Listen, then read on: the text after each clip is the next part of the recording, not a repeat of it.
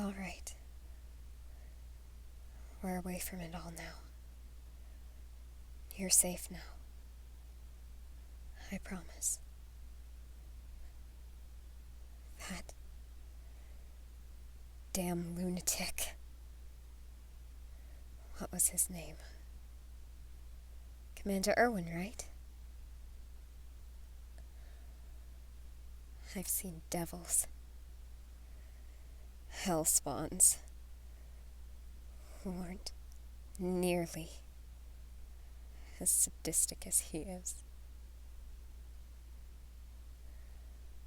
Oh, what a blessing it was when that Titan showed up and bit off his arm.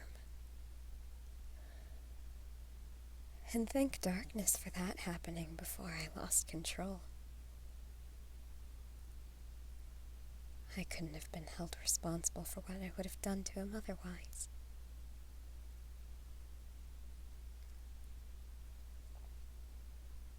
You know what I'm referring to. He put you in that position. He forced you to take the most dangerous role in that operation. He knew it. You knew it. The only reason you're alive now? I helped you. I brought you back here, where you're safe. All he knows is that by some miracle, you're still alive. But he believed that you would die. Yet he would offer you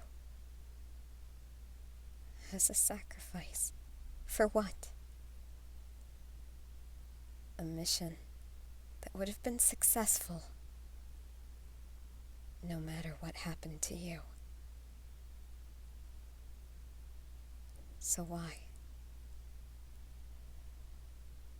Why strive so hard to keep you from coming back alive?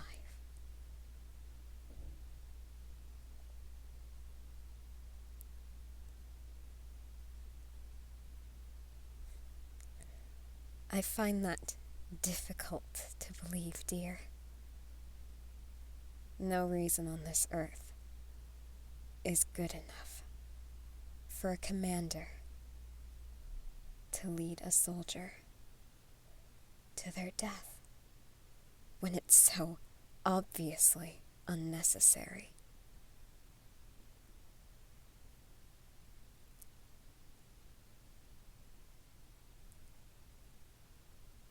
How exactly would it have been necessary then? I'm afraid, as a demon, I can't wrap my head around the pathetic thoughts that go through a human's mind. So explain to me why your death would have been necessary.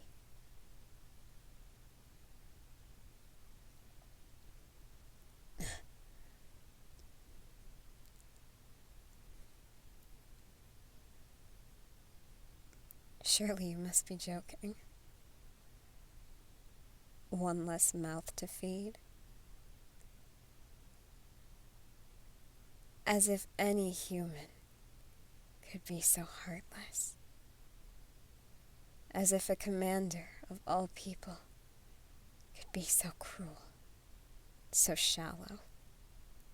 To kill one soldier purely to save resources.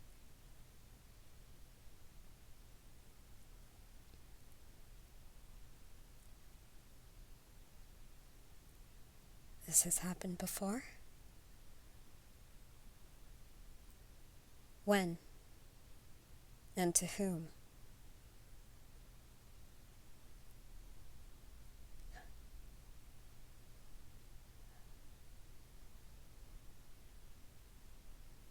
Right. after Shiganshina fell,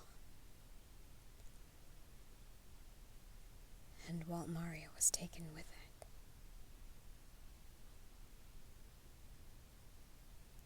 Of course I know. That day, it was tragic. To you, anyway. For the demons who had the privilege of watching, it was quite entertaining. So many lost souls to steal. So many beautiful deaths to witness. If heaven weren't completely repulsive, I would think that being there, watching your world come crumbling to the ground around you, was my heaven. But I digress.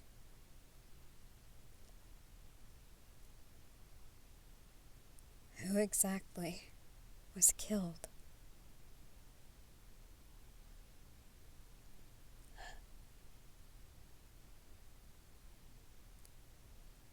Adults. People with nothing left to offer. Of course. They were sent to die, just so there would be fewer mouths to feed.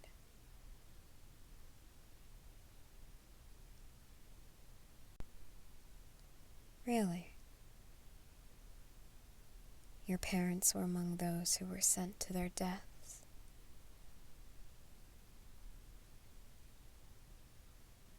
I find that difficult to believe, dear.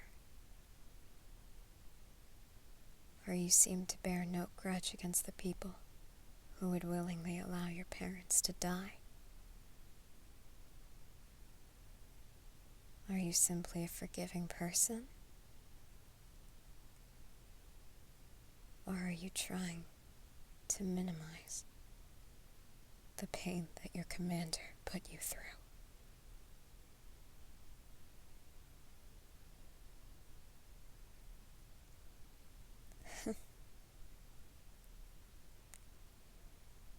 Even an understanding person has their limits, specifically emotional limits. How you can even stand to be around such people, I may never understand, to be truthful. These are the people who caused you so much pain. They took your parents, and they tried to put you through the exact same thing.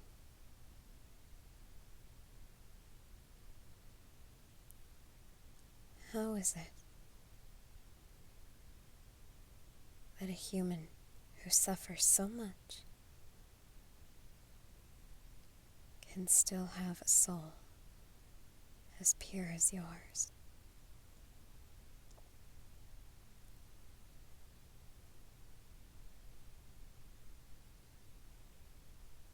You misunderstand, dear. I'm not contradicting myself. What I said still holds truth. Your life experience doesn't determine the purity of your soul. However,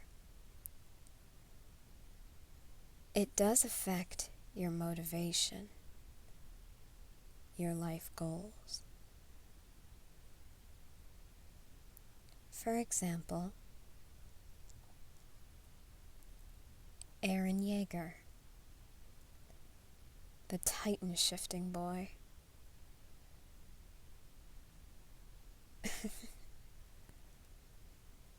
Yes, the suicidal maniac.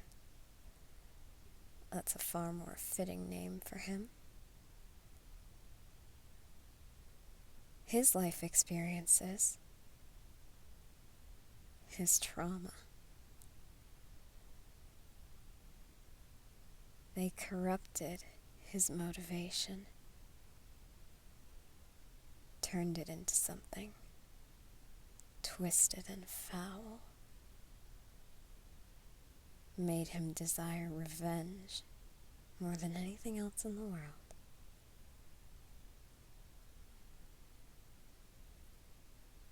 You're different, however.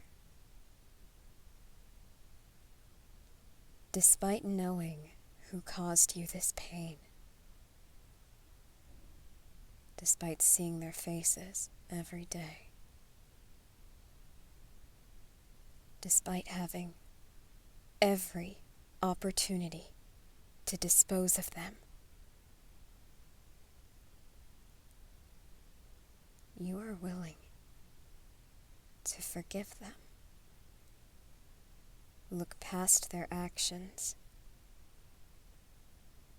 and somehow understand why those actions needed to be carried out. Even demons who work with darkness, who strive to cause humans pain, find it difficult to understand how humans can torture each other like this.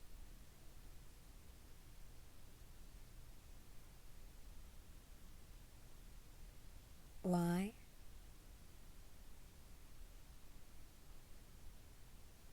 Humans are social creatures. They rely on each other to stay sane.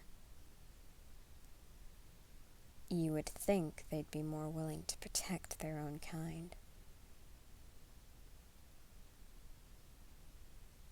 Yet they kill each other off.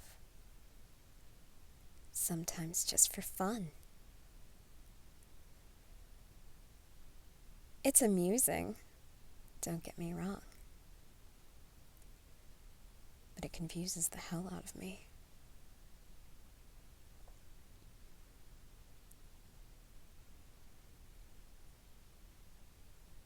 What?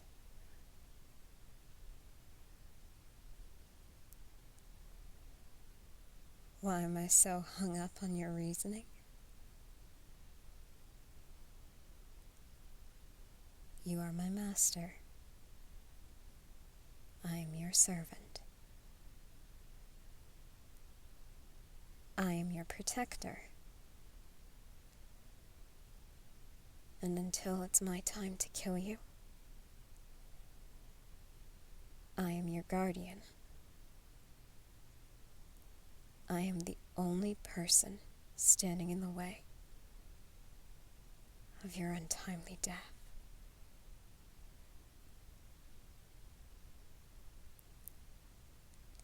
So,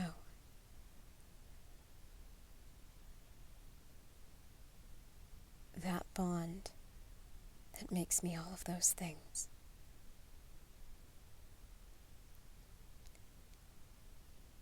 it also makes me care about what happens to you. It makes me care about what kind of person you turn out to be. In part, because it's my job to protect you. And that includes making sure you remain a good person.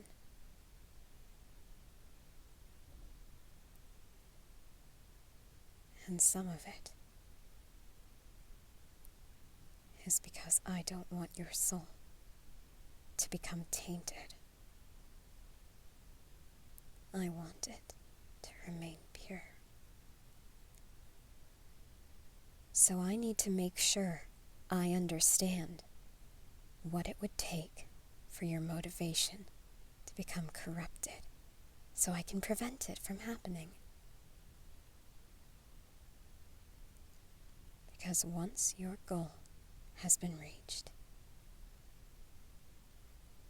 I intend to make one hell of a feast out of you. And I don't want anything to corrupt that pure, exquisite soul of yours.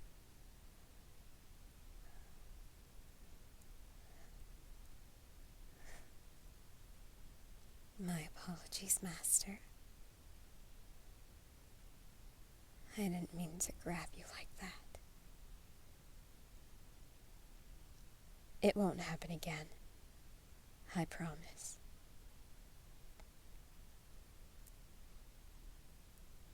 You seem tired. Why don't I make you some tea to help you relax so you can sleep? Would that please you, Master? Very well.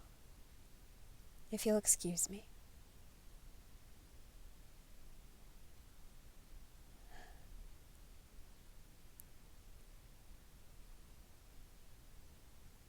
In part, to protect you. In part, to keep your soul pure and delicious. And in part, to protect that kind, pure heart that I suddenly find myself craving more than that perfect soul of yours.